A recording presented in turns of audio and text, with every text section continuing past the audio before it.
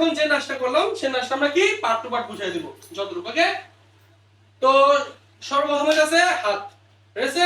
যখন আমরা যাব 1 ডাউন ডাউন, 2